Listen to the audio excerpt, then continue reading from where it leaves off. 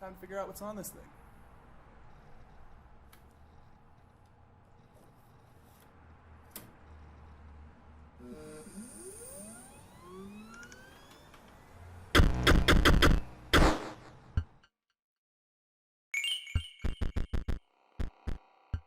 Hey everyone, it's CurlyHairedHero. It's been a long time since I've had to say that, since a lot of the content on this channel has been mainly curly and cream, you know, videos with me and my fiance, or ghost hunting squad videos, you know, me and my friends playing ghost games.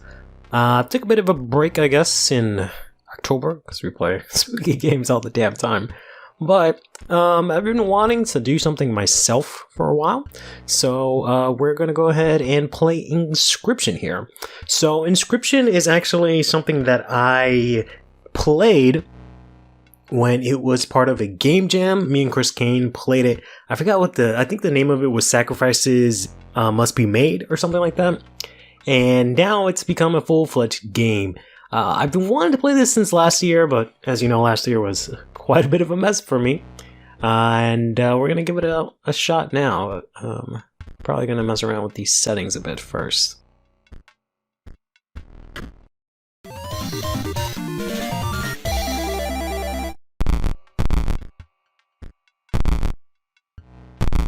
Huh. Can't start a new game. I don't know if it has my save file from when I played this as, whatchamacallit, but hey, I guess let's continue. So I know a little bit about this game. Obviously, I've played the, I guess, demo, you might as well call it at this point. I've seen a little bit of the gameplay, but I've cut myself off at a certain point just because I wanted to 100% try this out myself. Another challenger, it's been ages. Perhaps you've forgotten how this game is played. Allow me to remind you. Cool. He wants us to play the swirl card. And now we can play the stout. We have to sacrifice it, and you see sacrifices must be made. Roll death so that we can play the stout here. Then the wolves require 2 sacrifices, so we can't do anything. Now that my turn is done, I will ring the bell and come into combat. The stout stands unopposed, so there's nothing in the square above it. So, using its attack power, which is this value here, it will strike at my opponent here and give them 1 bit of damage added to the scale. Then if the scale goes the way down, I's the win. Likewise, the reverse is true. Okay, they're going to go into their turn. They're going to play a coyote. Since my stouts is in the way, they do combat.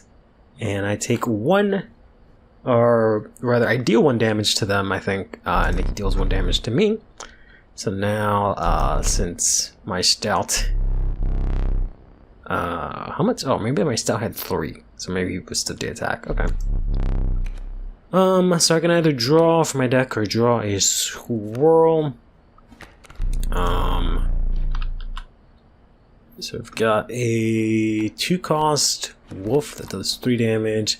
If I play it down, it'll immediately die to that thing. I can sack off the stout, but I won't be able to play anything, and I doubt whatever I draw here will be useful. That's what I figured. So now we just kind of ring the bell here. Oh, okay, so they don't do damage at the same time. Okay. You've drawn all the creatures from your deck, so now I get to take a squirrel. And I can play the squirrel here. And, River Stamper, I guess, doesn't do much.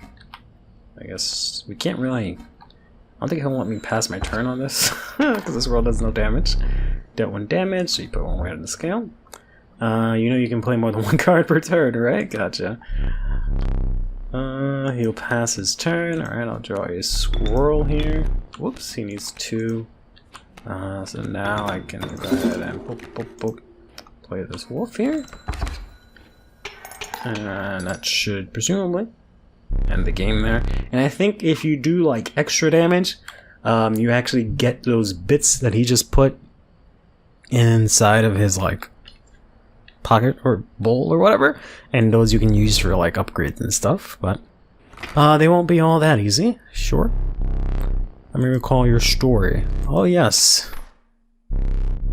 You were lost deep in the forest. Sure it was. A single path revealed itself. So it has a sort of like roguelike map thing. Here's my, I guess, deck, which is just these 4 cards. So we can go here. It's like sort of roguelike and D&D like at the same time. 2 denizens of the forest approached you tentatively. So I guess this allows me to choose one of these. I guess let's choose the left one. The Cosmic Adder. Damages from its poison. Its bite will always be lethal. So this, I think it's just called lethal in other games or whatever the case may be, but it just automatically kills whatever it attacks. And then we have the cat, the undying cat. Sacrifice to poor beast does not kill it. I like the cat. We'll take the cat. Another creature joins your caravan. Let's go on here. Some of the creatures of the forest seemed willing to follow you. Sure they did. Let's see what we've got in here. You come across an abandoned sack. Oh, found a bottle with a squirrel in it to break in case of emergency. And another one.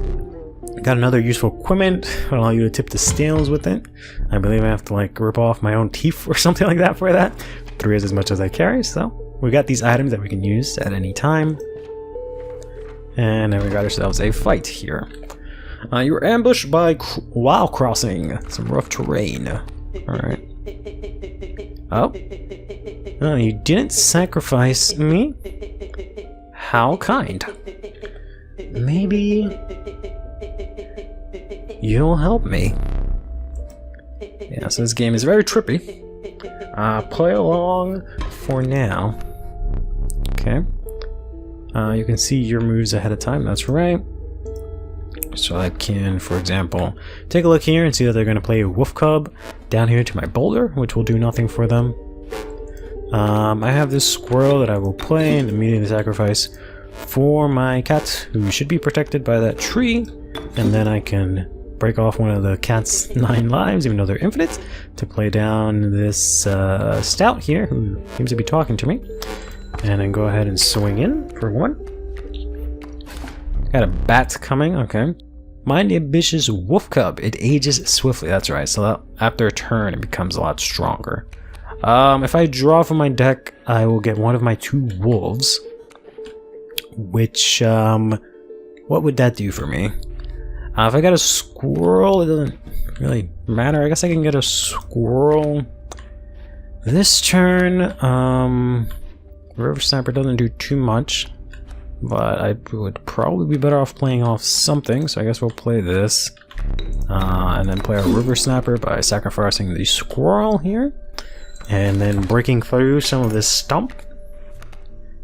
Cub is now a wolf, and the bat flies over and attacks me directly. So now we're in a better position. Ha! My bat flew over your stout. Okay. Let's see here. We have nothing in hand. I use one of my bottles to grab a squirrel and add it to my hand, which I can play, but I don't have any space. This boulder is going to die. And I do not believe I can sacrifice it. So I could draw a wolf and then try and use that next turn. But I'm pretty sure I can't. Yeah, can't draw blood from a boulder, so I have to wait for him to kill this off. And then next turn I can draw a squirrel and then use my cat and the squirrel to get rid of this thing here. So I guess we'll just pass on that. Attack this bat, get it the hell out of my way. And did he pass? I guess he passed, okay. So now we'll draw a squirrel. And we'll play the squirrel here, and we'll take our wolf, sacrifice cat and squirrel, and place it here, and then swing in. There we go. Tipping the scales in my favor. And I guess I still have nothing left to draw, so I guess we'll just draw a squirrel and go from there. That should be game. There you go. I probably could have summoned another wolf to do a little bit more damage, but you prevailed and trekked onwards past the now bloodied terrain. So, in terms of like what I actually know about this game, it's not too much. I do know that like the cards talk to you and there's like some subplot going on, and it has a sort of like D&D kind of style. thing where there's like a map and this person is kind of like the dungeon master, and he kind of like tells you, like, it's kind of just him and he just like plays the roles of all the characters and whatnot. But I know you can like move away from this board and like walk around within the like cabin or whatever that you're in and figure stuff out. But I haven't like figured out any of the like intricate mysteries of this game other than like cards talk to you. I think here we can get a new card in our deck. Let's see, we got ourselves a wolf cub, which is 1 cost but then evolves into a wolf cub next turn. And then we got the sparrow, which actually has 2 health, takes 1 sacrifice to summon it, and it could fly over, do damage, and possibly take 1 hit depending on how weak the opposing enemy is. Wolf Cub's a weird one. I guess since I have cat, Wolf Cub is pretty good. Sparrow I feel like might not work as well. Okay, you stumbled upon some strange stones in the mist. You're compelled to choose a worthy sacrifice, that one that will be lost forever. So I think this lets you like, I know you can like take cards and combine them so that like they get the same skills, but I definitely don't want to lose the cat, so I guess we will do that. Pick you. Looked upon for healthy host. Sure. And then now, what an honor. Wolf Cub is dead, and then now our Stout takes on the skill of the Wolf Cub. So our Stout can now evolve into a Wolf Cub. Or, sorry, wolf.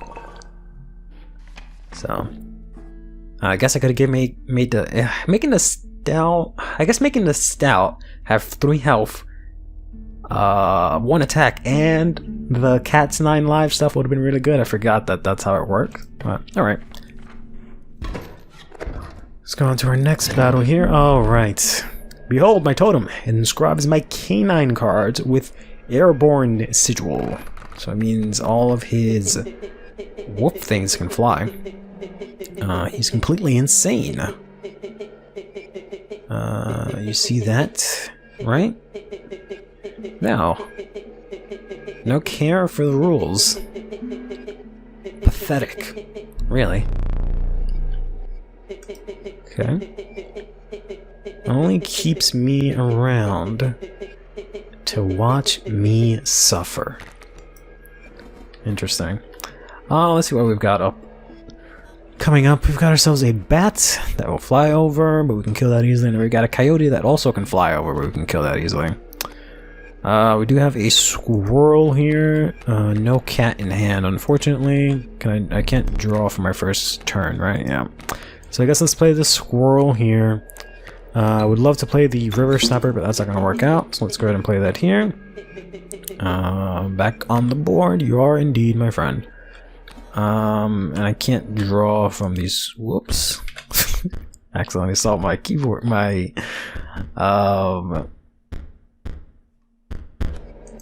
background there.